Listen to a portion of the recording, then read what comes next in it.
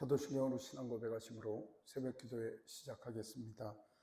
전능하사 천지를 만드신 하나님 아버지를 내가 믿사오며 그 외아들 우리 주 예수 그리스도를 믿사오니 이는 성령으로 잉태하사 동정녀 마리아에게 나시고 본디오 빌라도에게 고난을 받으사 십자가에 못 박혀 죽으시고 장사한 지 사흘 만에 죽은 자 가운데서 다시 살아나시며 하늘에 오르사 전능하신 하나님 우편에 앉아 계시다가 저리로서 산 자와 죽은 자를 심판하러 오시리라.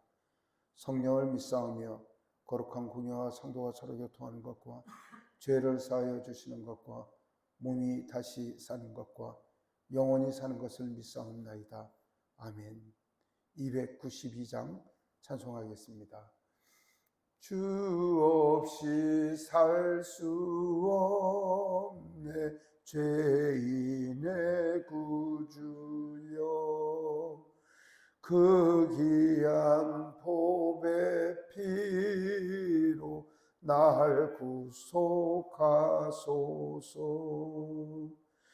구주의 사랑으로 흘리신 보혈이 내 소망 나의 위로 내 영광 됩니다. 주 없이 살 수 없네 나 혼자 못 서리. 힘없고 부족하며 지혜도 없도다. 내 주는 나의 생명 또 나의 힘이라. 주님을 의지하여 지혜를 얻으리. 주 없이 살 수 없네 내 주는 아신다. 내 영의 깊은 간구 마음의 소원을 주밖에 나의 마음 니 알아주리요. 내 마음을 위로하사 평온케 하시네. 주 없이 살 수 없네 세월이 흐르고 이 깊은 고독 속에 내 생명 끝나도 사나운 풍랑일 때 날 지켜주시니 내 곁에 계신 주님 늘 힘이 됩니다. 아멘. 자비로우신 하나님, 저희를 사랑하여 주시고 저희의 숨쉬는 순간까지 다 헤아리며 우리를 보살펴 주시는 하나님의 은혜를 생각할 때마다 무한 감사를 드리며 감사의 눈물을 흘릴 수밖에 없습니다. 하나님, 지난간 밤도 주님 편안히 안식케 하셨다. 저 시간 하나님 부르짖게 하시고 하나님께 예배함으로 하루 한 날을 시작할 수 있는 저에게 믿음 주시니 감사합니다. 하나님, 이 믿음 변치 아니하게 하시며 하나님, 저희 믿음 위에 하나님 큰 은혜를 허락하여 주셔서 하나님과 동행하는 영원한 은혜를 허락하여 주시고 성령님 저희를 인쳐 주셔서 하나님의 사람 예수 그리스도의 사람으로 살아갈 수 있도록 도와주시며 아버지 하나님 저희 삶을 안보하여 주셔서 날마다 찬송과 감사와 영광 가운데 살아가는 아름다운 토교의 교우들이 될 수 있도록 도와주시옵소서. 하나님, 저 시간 하나님 앞에 아뢰올 말씀 가지고 나와 하나님 앞에 엎드린 주의 백성들을 살펴주시고 아뢰지 않는 모든 일들도 하나님께서 안보하여 주시며 보살펴 주시는 좋으신 하나님이심을 저희가 날마다 간증하고 살아갈 수 있도록 우리의 삶을 인도하여 주시옵소서. 하나님 말씀 읽고자 합니다. 주님의 성령님께서 저희와 함께하여 주셔서 아버지 하나님의 거룩하신 마음을 알게 하시며 아버지 하나님 영원히 찬양 찬미하는 주의 백성으로 살아갈 수 있도록 우리에게 믿음 주시고 은혜 주시옵소서. 이 모든 말씀 우리 주 예수 그리스도 이름으로 기도드리옵나이다. 아멘. 105편 16절로서 45절의 말씀을 읽겠습니다. 그가 또 그 땅에 기근이 들게 하사 그들이 의지하고 있는 양식을 다 끊으셨도다. 그가 한 사람을 앞서 보내셨으며 요셉이 종으로 팔렸도다. 그의 발은 착고를 차고 그의 몸은 쇠사슬로 매었으니 곧 여호와의 말씀이 응할 때까지라. 그의 말씀이 그를 단련하였도다. 왕이 사람을 보내어 그를 석방하며 뭇 백성이 통치자가 그를 자유롭게 하였도다.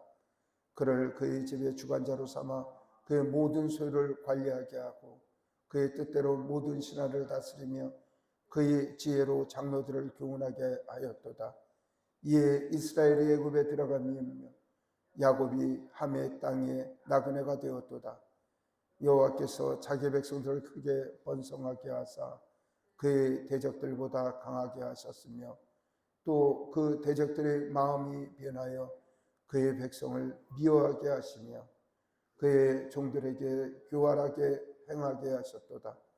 그리하여 그는 그의 종 모세와 그의 택하신 아론을 보내시니 그들이 그의 백성 중에서 여호와의 표적을 보이고 함의 땅에서 징조들을 행하였도다.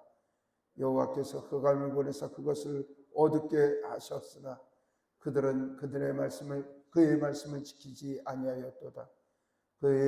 그들의 물도 변하여 피가 되게 하사 그들의 물고기를 죽이셨도다.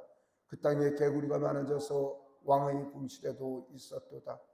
여호와께서 말씀하신즉 파리때가 오며 그들의 온 영토가 이가 생겼도다. 비 대신 우박이 내리며 그의 땅에 화염을 내리셨도다. 그들의 포도나무와 무화과나무를 치시며 그들의 지경에는 나무를 찍어내셨도다. 여호와께서 말씀하신 황충과 수많은 메뚜기가 몰려서 그들의 땅에는 모든 채소를 먹으며 그들의 밭의 열매를 먹었도다. 또 여호와께서 그들의 기력이 시작인 그 땅의 모든 장자를 치셨도다. 마침내 그들을 인도하여 은금을 가져 나오게 하시니 그의 지파 중에 비털거리는 자가 하나도 없었도다. 그들이 떠날 때 애굽이 기뻐하였으니 그들이 그들을 두려워함이로다. 여호와께서 낮에는 구름을 펴사 덥게 삼으시고 밤에는 불로 밝히셨으며 그들이 구한즉 메뚜라기를 가져오시고 또 하늘의 양식으로서 그들을 만족하게 하셨도다. 반석을 여신즉 물이 흘러나와서 마른 땅에 강같이 흘렀으니 이는 그의 거룩한 말씀과 그의 종 아브라함을 기억하셨음이로다. 그들의 백성이 즐겁게 나오게 하시며 그의 택한 자가 노래하고 나오게 하시고 여러 나라의 땅을 그들에게 주시며 민족들이 수고한 것을 소유로 가져오게 하셨으니 이는 그들이 그의 율례를 지키고 그의 율법을 따르게 하려 하심이로다. 할렐루야. 아멘. 하나님께 예배하는 여러 성도님들께 하나님께서 큰 은혜와 평강 내려주시길 원합니다. 시편 105편을 지난주에 이어서 두 편으로 우리가 나누어서 읽었습니다. 시편 105편은 우리가 잘 알듯이 다윗이 언약궤를 예루살렘으로 옮기고 나서 그 기쁨을 찬송한 시라고 많은 학자들은 이야기를 합니다. 그러니까 하나님께서 그동안 지켜주셨던 은혜를 생각하니 너무 감사를 하고 또 다윗은 하나님을 사랑하는 마음으로 언약의 궤가 그냥 단지 그 안에는 하나님의 언약의 말씀이 있고 만나가 있고 만나 항아리가 있고 아론의 쌍난 지팡이가 있는 이 정도의 상징이 아니라 하나님께서 그 언약의 궤 위에 시은자에 앉아 계신다고 이야기를 했기 때문에 은혜를 베푸시는 자리에 앉아 계시겠다고 하였기 때문에 이스라엘 백성들이 여기는 언약의 궤는 하나님께서 그곳에 임재하여 계시는 임재의 상징이기 때문에 그들의 마음에는 그저 하나님의 약속의 말씀이라고 이야기를 하지만 옮기는 그 자체가 하나님께서 거주하시는 곳을 마련했다는 그런 감인이 하나님과 동행하신다는 이야기고, 그 언약궤를 처음에 옮길 때 그 우사가 죽는 사건을 통해서 하나님께서 마치 시온성에 들어가시지 않겠다고 하는 모습처럼 생각을 했었던 상황이어서 본인이 암담했는데 다시 본인이 방법을 바꾸고 그 언약궤를 모시게 오자 예루살렘으로 입성되는 데까지 아무런 이상이 없게 되자 다윗은 하나님께서 자신을 인정해 주신 것 같고 이스라엘 백성들을 사랑하시는 것 같고 하나님께서 그들과 영원히 함께 하시겠다고 하는 약속의 말씀을 갖더니 너무나 기뻐서 이 찬양을 아니할 수 없게 된 사실이라는 것입니다. 그래서 이제 시편 45절까지 105편은 굉장히 긴 이야기인데 여러분들 읽으셔서 내용을 아시겠지만 그 내용은 하나님께서 이스라엘 백성을 살피셨던 이야기를 그냥 서사하듯이 이야기하듯이 쭉 나열을 하면 그때는 하나님께서 이렇게 하셨어요. 그때는 이렇게 하나님께서 저희를 도와주셨어요. 그 기가 막히죠. 그게 어떻게 그런 일이 있었겠어요. 하나님 은혜 아니면 될 수가 없습니다. 하나님 우리를 사랑하셨습니다. 이 이야기를 하셨다는 거죠. 그러니까 옛날 우리 어머니 할머니들 만나서 이야기를 하시는 거 보면 그냥 졸려서 그 옆에서 졸고 있어도 옛날 얘기를 하세요. 그때 어렸을 때 어떤 일을 있었는데 누구 뭐 삼촌이 가서 상을 타오고 뭐 어디 가서 뭘 해갖고 장사를 해서 돈을 벌어갖고 우리 집들이 잘 살고 먹었고 또 앞에 그 뭐 과수원을 샀는데 거기서 농사가 돼서 그걸로 뭐 잘 살았고 뭐 그때 할아버지께서 일 잘해서 뭘 사왔고 해서 집안이 이루어진 이야기들 쭉 하면 그 옆에 누워있어 이야기를 듣는 손주의 마음이 그냥 흐뭇합니다. 우리 집은 작은아버지가 일을 열심히 하셨고 큰아버지도 일을 열심히 하셨고 그다음에 할머니 할아버지도 열심히 일을 하셔서 우리 집이 이렇게 잘 살았구나, 그리고 먹고 살았구나, 이런 이야기를 하면서 그때도 우리가 이제 예수님을 믿음으로 말미암아 기도로 살아서 어느 교회를 세울 때는 우리가 헌금으로 하고 이런 이야기들이 바로 오늘 이야기를 하는 시편 105편의 이야기들의 그 기본적인 이야기입니다. 내용은 뭐냐면 하나님께서 우리를 지켜주셨다는 것입니다. 하나님께서 우리를 사랑하여 주셨다는 것입니다. 사실 이런 고백의 말씀이죠. 그 하나님과 동행하고 하나님께서 지켜주셨던 그 삶을 경험하지 않은 사람들은 고백할 수 없는 그런 추억의 고백들이라는 사실을 알아야 합니다.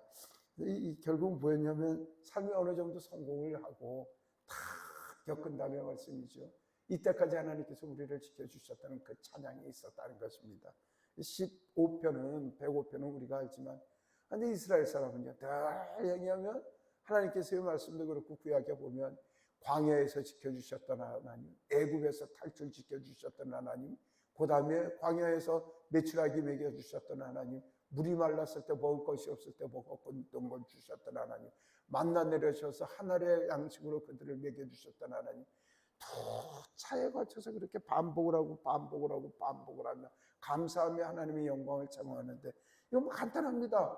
중요해서 그렇습니다. 하나님께서 진실로 그들을 그렇게 지키셨고 그들에게 그런 복을 주셨고 그들을 이끌어 주셨던 그 하나님이 계시기에 반복해서 하나님께서 말씀을 하고 하나님께 말씀을 올리고 또한 이거를 반복하며 기억할 일이기 때문에 이 이야기를 합니다. 다시 이야기를 하는 것은 그 광야에서 300만이나 되는 어마어마한 사람들에게 하나님께서 만나를 먹이셨던 그 하나님의 은혜는 오늘도 역사하신다는 것이죠.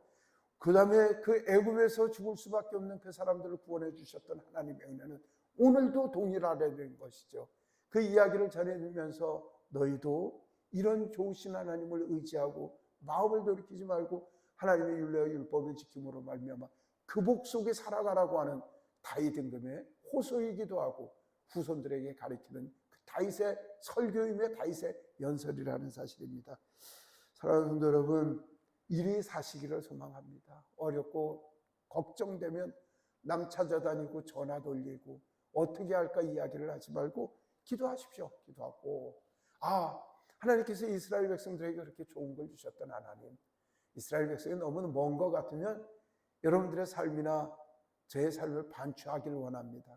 그때 그 어려웠을 때 정말 사방이 에워싸서 아무것도 해방될 방법이 없을 때 하나님께 기도할 때 하나님께서 그날 저녁에 정말 나의 모든 시름과 걱정이 없어질 수 있도록 상황을 반전시켜 주셨던 하나님의 은혜가 있으셨다고, 하나님의 은혜가 있었다고 늘 그때를 기억하면서 그때도 지켜주셨던 하나님 오늘도 지켜주시고 내일도 지켜주실 것이라고는 확신 가운데 그렇게 살아가는 우리가 되었으면 좋겠습니다. 그러니까 과거에 험난한 고난을 겪었던 사람은요, 앞으로 고난이 와도 뭐 그때도 그랬는데 이번에도 잘 견뎌드리겠지, 그때도 그 어려움을 내가 기도함으로 말미암아 극복을 했으니 이번에도 또 극복을 하겠지, 과거의 훈련들, 과거의 어려운 일들이 우리의 저력이 되고 힘이 된다는 사실을 기억하셔서 하나님의 벽드리는 우리가 되었으면 좋겠습니다.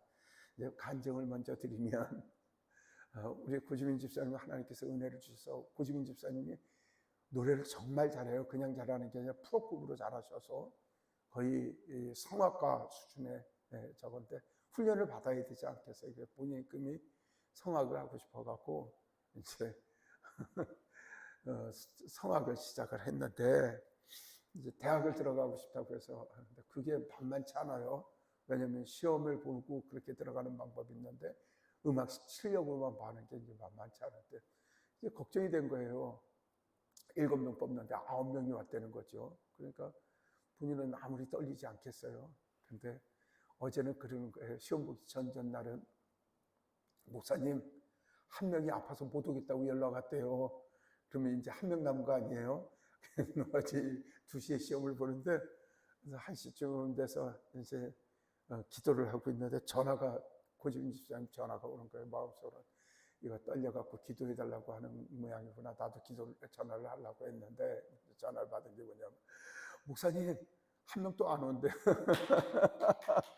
그래서 알았다고 우리가 그렇게 다 기도를 하고 했으니 하나님께서 이렇게 거르게 해서 고지민 집사 걱정하지 않게 하나님께서 그렇게 이끌어 주시면 아닌가 싶다고 해서 둘이서 깔깔대고 웃고 그다음에 이제 하나님 힘줘달라고 기도를 하고 고지민 집사님 걱정한 게 감기가 엄청 걸려갖고 기침을 해갖고 목이 상해서 한 2, 3주 전에는 엉엉 우는 거예요. 힘들어서 저희 그렇게 열심히 레슨 받으면서 준비를 했는데 기침 나오면 어떻게 하는데 하나님께서 그 걱정을 싹 없게 해주시고 어제는 무사히 시험을 잘 보게 해주셔서 하나님께서 좋은 결과를 주실 것 같다는 그런 간증을 하는 거죠.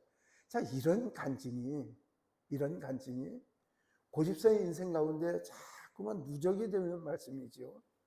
그 동일한 걱정과 근심이 생긴 문제가 생길 때, 몇 년 전에 그런 일이 있었는데, 내가 너무너무 힘들고 어렵지만 하나님 앞에 기도를 했을 때, 하나님께서 이번 일을 해결해 주셔서 이런 일들이 축적이 되고, 이것들이 우리의 찬송이 될 때, 하나님께서 이번 기회에도 우리에게 많은 은혜를 주시구나 하는 마음의 확신과 은혜가 있다는 것입니다. 목회를 하면서요, 가장 걱정이 뭐냐면, 그거예요.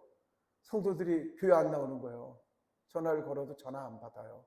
그렇다고 옛날처럼 집에 찾아가면 요즘은 목사님들이 자꾸만 신방하면요, 속상한 교인들은 신고한대요. 경찰에 스토킹으로. 세상에 깜짝 놀래갖고 말씀이죠. 전화도 안 받아요. 그러면 교우 사이가, 목사님 사이가, 글쎄, 교우들 입장에서 목사님들을 어떻게 생각했는지 말만, 목사님 입장에서 그런 입장이 아니거든요. 말 그대로 영혼의 제자, 영혼의 아들, 딸로 생각을 해서 하나님 앞에 엎드려 기도하고 새벽마다 그들을 위하여 기도하고 밤마다 기도하니 그분들이 어떤 분들인지 정말 마음으로 정성으로 다하는 분들인데 그냥 그 배신감, 내가 이렇게밖에 못하는 좌절감, 교회가 크면 이런 식으로 하지 않을 건데 내 능력이 없어서 그러나 원수가 조롱하는 그 조롱 앞에 쓰게 되거든요.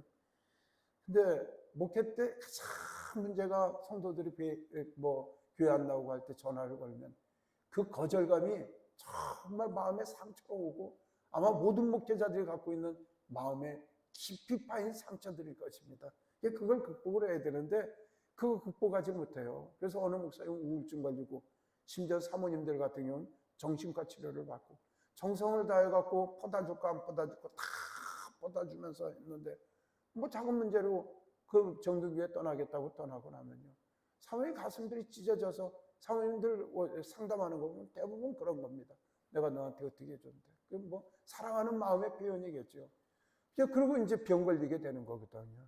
근데 특별히 목사님들 가운데서 위로를 받는 게, 그런 일들이 벌어질 때마다 뭐 우리 교회도 그렇지만 여러 교회들 보면 다 하나님께서 위로해 주시는 방법이 있다는 거죠.